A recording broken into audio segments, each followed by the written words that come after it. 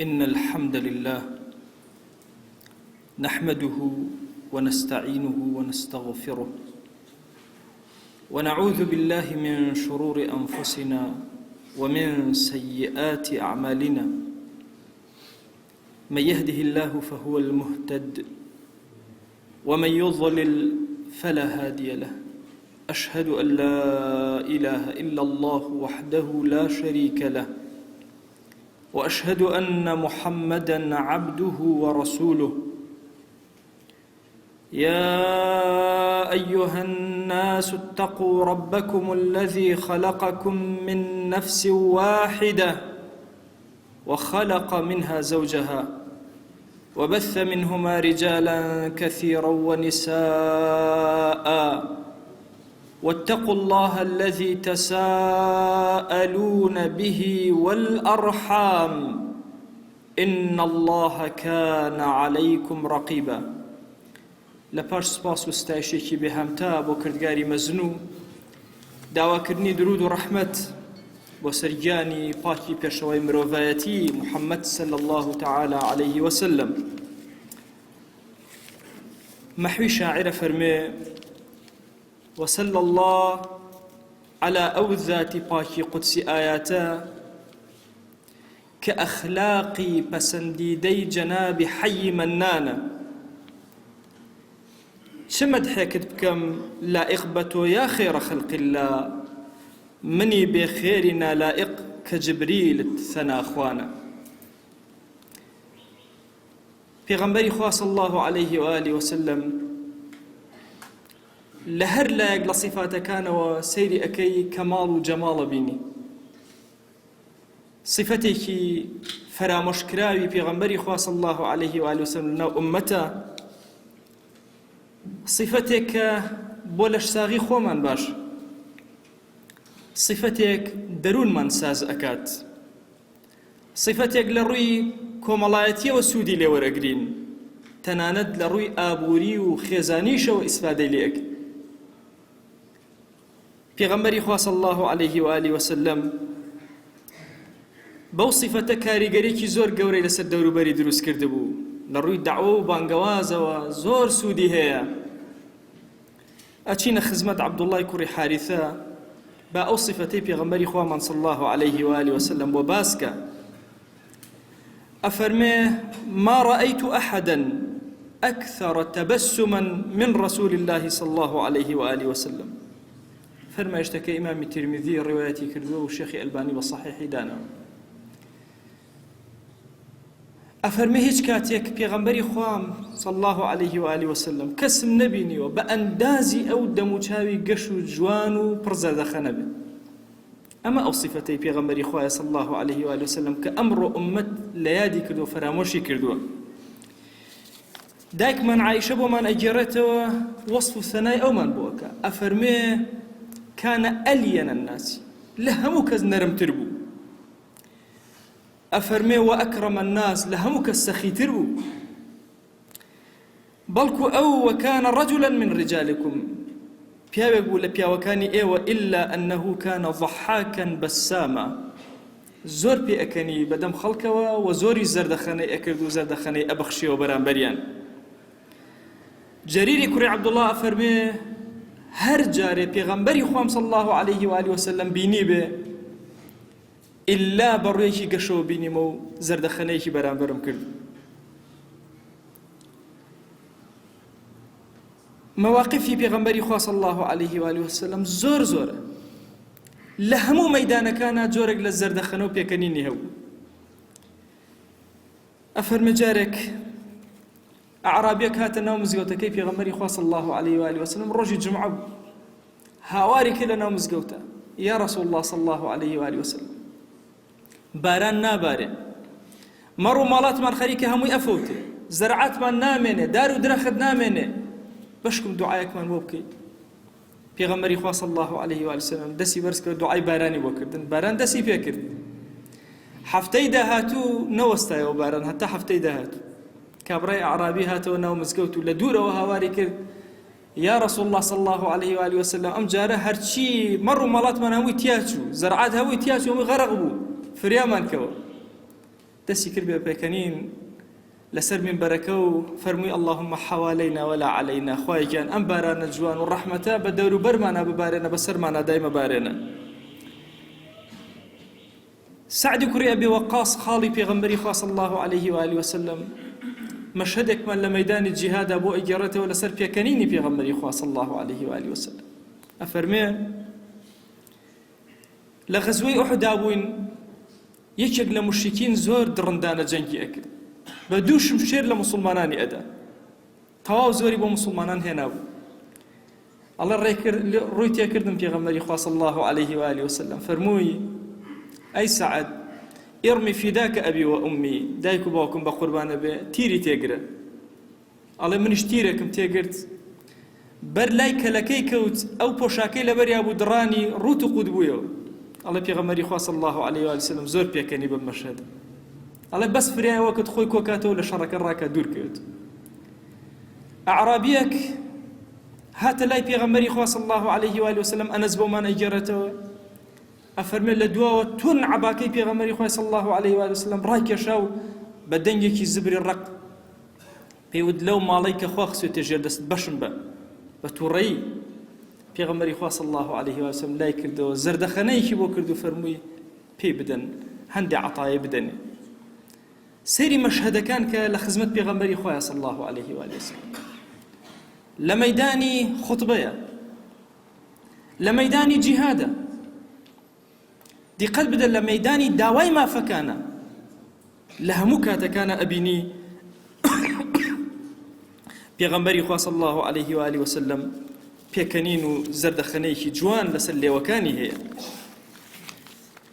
ئێمەی ئومەتی پێغەمبەری خوا صلی الله عليه و آله وسلم ئەمڕۆ وا تێگەیشتوین لە دینداری، ئەبێ ئەو کەسەی زۆر دیندارە، زۆر مڕومۆچن بێ، سەلامی لە خەڵک نەبێ، تووڕە دیار بێ، ئەمە ئەکاتە کەسی ئیماندار. ئەمە صفەتی ئێمە نییە، صفەتی ئومەت نییە. ئومەتەکەی پێغەمبەری خوا صلی الله عليه و آله وسلم شوێنکەوتەی خۆشەویستن. هەموو کاتەکانی کانە ڕەجولا بەسامن، هەموو کاتەکان بەسام سیغەی مبالغەیە لە عەرەبیە، یعنی زۆر زۆر زەردەخەنەی ئەکرد، هەمیشە ڕوویەکی گەش و بەشارەتی پێشکەش بە خەڵکە کرد.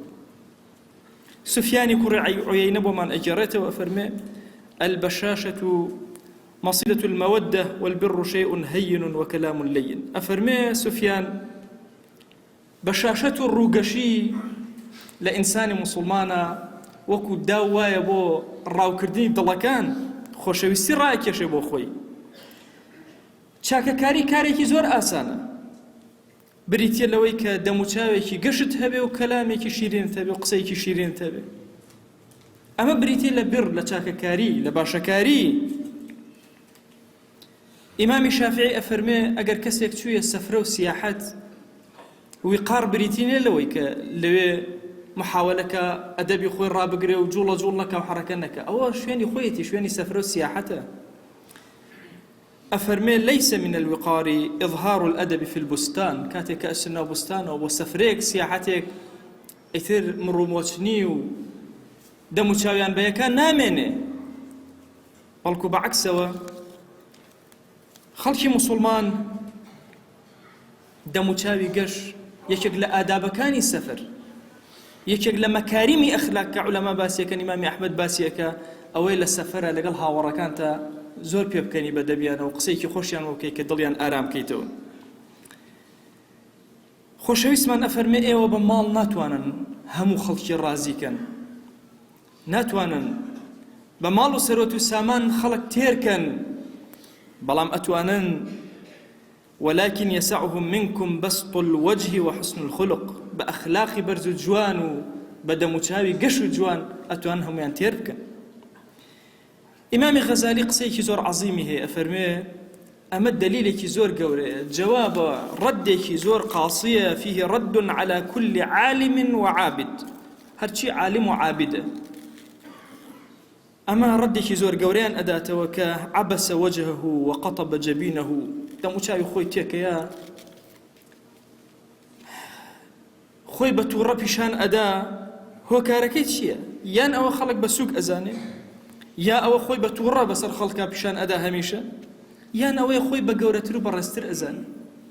ئەفەرمێن فەرمایشتە دەیر لەسەر ئەوەی کە هەم عالم و هەم عابد هەردووکیان ئەبێ خاوەنی دەموچاوێکی گەش و جوان بن. ئەبوو ذەر بۆمان ئەگێڕێتەوە پێغەمبەرگیان صلی الله عليه وآله وسلم فەرمووی تبسمك في وجه أخيك صدقة. پێکەنین و زەردەخەنەت بەرامبەر بە خەڵکی ئیماندار، بەرامبەر بە براکانت بە سەدەقە و خێر بۆتە نووسرێ.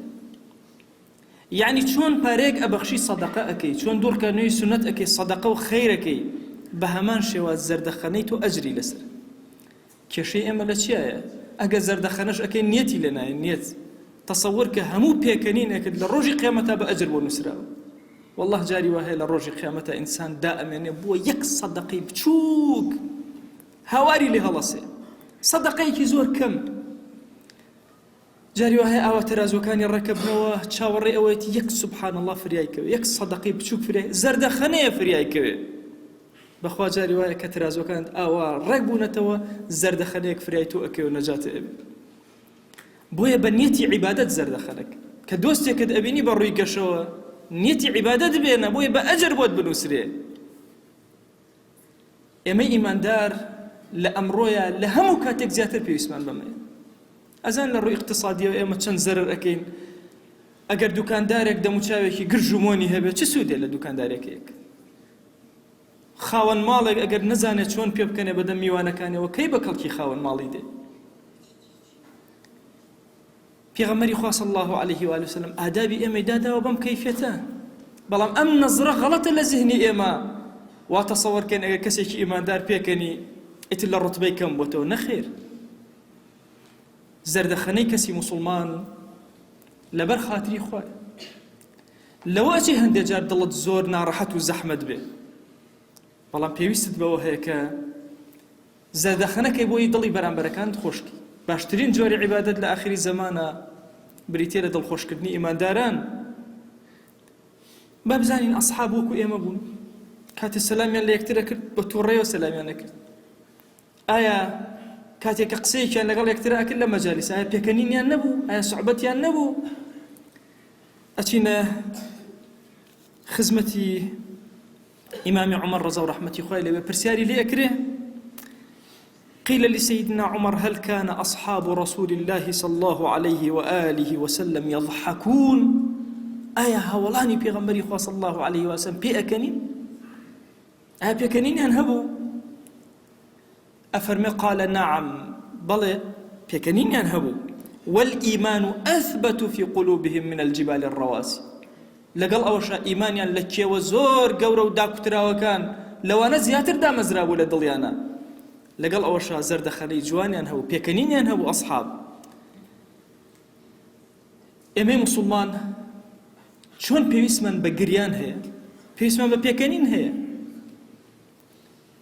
مەهما کان غەمەکانمان گەورە بوو، مەهما کان غەمی ئومەتی ئیسلامی بەسەر کۆڵمانەوە زۆر گەورە بێ، مەگەر ئێمە موسڵمان لەم گوندەوە بیر لە موسڵمانێکی ئیغۆر ناکەینەوە، مگر همو مسلمانانی جیهان پیکەوە هاوار ناکەن اللهم اغفر للمؤمنین والمؤمنات هەر ڕەنگ و هەر جۆرەکە بێ و هەر زمان و هەر شێوازەکە بێ هاواری لێ خۆشبوونی بۆ ئەکەین. مەگەر مسلمانێک لەسەر زەویە پەنجەیەکی گەرم بێ دڵمان هاوار ناکە، لەگەڵ ئەوەشان نابێت زەردەخەنەی سەر لێوەکانمان لا بچێت. ئێمە ئومەتێکین هەموو شتێ لە جێگەی خۆیان دائەنین. زەردەخەنە لە شوێنی زەردەخەنە، گریان لە کاتی گریانە. ئەمە کاری ئێمە موسڵمانە کە بتوانین لە ئەمڕۆیە ژیانی خۆمان لە هەموو ڕۆکانەوە تۆکمەکەین. بۆیە موسڵمان کەسێک نییە لە واقع دوور کەوت بێتەوە، لە هەموو کەس جوانتر واقعی بۆ دانراوە ناسیوێتی. ئێمە هیچ شتێک نییە لە دینا بەرنامەی نەبێ، بەخوا زەردەخەنەکانیشمان بەرنامەی هەیە. داوامە لە ذاتی پاشی پەروەردگار خوا داوات لێ ئەکەین و لێت ئەپاڕێنەوە زەردەخەنە لە لێومان مەبڕە یا ئەکرەمە الئەکرەمین. يا ربي خويا داوال لي أكين برحمته وكرمي خود مفاهيم كاني شريعة لدلمنا بسسبنا يا رب العالمين. يا ربي خويا داوال لي أكين لسرجم قناها كان من ببورة. يا ربي خويا أو زرد خنانيك كردو مانا لجيانا همي بأجر باداج بمان بنوسى يا رب العالمين. يا ربي خويا لقناهي دايكو باك من ببورة، لقناهي خزمك سكار من ببورة. يا ربي خويا داوال لي أكين برحمتي خود ببزي خود بكرمي خود خويا إيمان من سلامتك يا رب العالمين خويا لم زمني فتنة وفساد إيمان من دائم زرينا يا أكرم الأكرمين خويا جان إما عبدانك يقونه كارو خجالة بار يا إلهي بخوا لم طاعتا نجوان ترشكنا بين هاتونة مالكيتو يا إلهي بخوا الركوع بو كزنا بين سجد بو كزنا بين بوتو نبي دا يا ربي خويا دعا كان من جيرابك ادعوا الله وأنتم موقنون بالإجابة.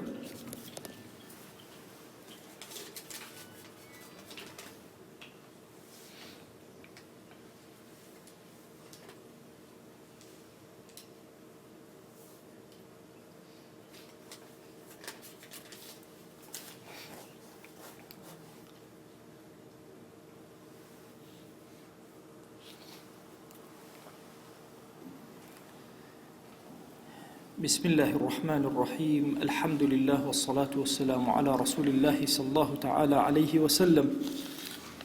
أوصيكم عباد الله ونفسي قبلكم بتقوى الله وكثرة مخافته فإن التقوى شعار المؤمنين ودثار المتقين ووصية الله تبارك وتعالى في وفيكم وفي الخلق أجمعين. وشوي سكام أتي خطبنا من المخزمة يوجا حوالك بيغمبر خوي صلى الله عليه وآله وسلم كأي خزمته بيغمبر خوي صلى الله عليه وآله وسلم تماتر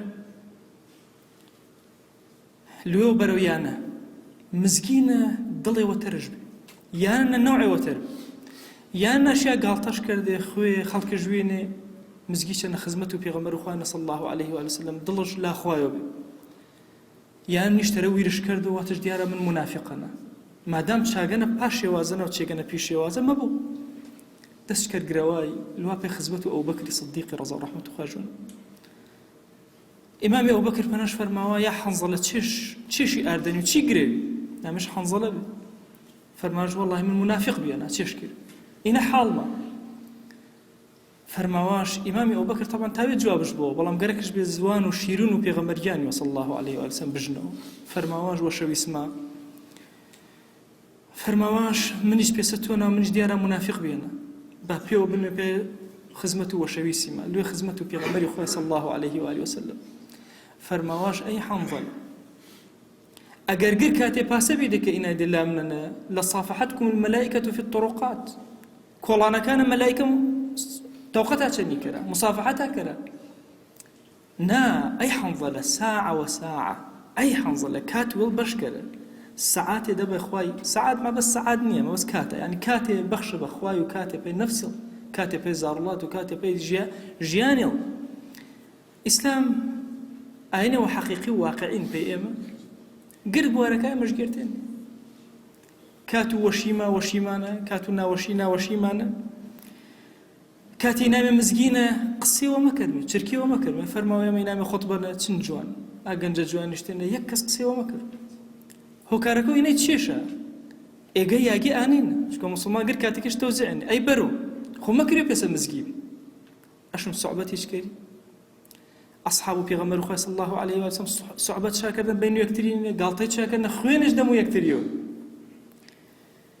ئیمامی بوخاری پێمان ڕیوایەت کردەوە ئەدەب المفرەدەوە و شێخی ئەلبانی بە صحیحش منێرە فەرمایشتەکێ فەرماوە كان أصحاب رسول الله صلى الله عليه وآله وسلم يتبادحون بالبطيخ كاتك السفر كريني أصحاب بيغمرياني صلى الله عليه وآله وسلم جن كريني بتوكلوا بطيخي بطيخ طبعا يسبع عربي بنجمعها واسم بطيخ زوان وآرنا بكالكي ماتا بس عربي أصلا بطيخ بكالكي شو بشوتيج ماسري بشوتي ماتا بطيخي أحمر وبيشي ماتا أصفر فرماو بتوكلي شوتي كشين يكتلنا صعوبات كريني وياري كريني بلام فإذا كانت الحقائق كانوا هم الرجال مسائل حقيقة جديتي جامي ورون ما شان طاعت شان عبداتي شان بيه بين بيه خازنة شاني عبداتي خواي كرا وشاني وشا مشغول كرا بلام لا يوتريسو كاتك ما بابت الصعبتي وبشو الدنيشا فراموج نكرن إما إيمان داريز بهمان رجكو آيشا براسي مزجي ما أشوم مزجيبو برو مزجيش ما أشوم برو مزجيبو أشوم زان متشني جن وزار الله ما تشنين مي برو تشني ما ملو كسابت وخلقي تشنين مي مزجي تنا تشنين كو تقسم خدمتنا پرسیارە شاکردە ئیمامی غەزالی واتشە دینمان پێی کوڵ کرد و کوڵ یاومێنە چێشە فەرماوە دوێ چێ بن چەنی خۆی ڕێک بە چەنی خەڵکی ڕێک بە دوێ وشێن چەنی خۆی مزگینە ڕێک بە تاعەت و عەبەدەتیتەنە ڕێک بە خواناسیتەنە ڕێک بە چەنی خەڵکیش ڕێک بە گرد و فەلسەفە و ئیسلامیەتی دووە کەلیمە نەکۆبوو. أوصيكم عباد الله ونفسي قبلكم بتقوى الله وكثرة مخافته كما أوصيكم أيضا بالصلاة والسلام على رسول الله حيث أمرنا الله تبارك وتعالى في محكم تنزيله قائلا إن الله وملائكته يصلون على النبي يا أيها الذين آمنوا صلوا عليه وسلموا تسليما اللهم صل على سيدنا محمد وعلى آل سيدنا محمد وبارك على سيدنا محمد وعلى آل سيدنا محمد كما صليت وباركت على إبراهيم وعلى آل إبراهيم إنك حميد مجيد اللهم اغفر للمؤمنين والمؤمنات وللمسلمين والمسلمات ولمن أنشأ هذا المكان اللهم أعز الإسلام والمسلمين وأهلك الكفرة والملحدين اللهم انصر من نصر الدين واخذل يا رب من خذل الإسلام والمسلمين اللهم آت نفوسنا تقواها فزكها أنت خير من زكاها أنت وليها ومولاها اللهم لا تدع لنا في مقامنا هذا ذنبا إلا غفرته ولا عيبا إلا سترته ولا حاجة من حوائج الدنيا إلا قضيتها ولا مريضا إلا شفيته ولا عاصيا إلا هديته ولا شابا إلا أصلحته ولا شابا إلا أصلحته ولا مجاهدا في سبيلك إلا نصرته آمين آمين والحمد لله رب العالمين أقم الصلاة يرحمك الله.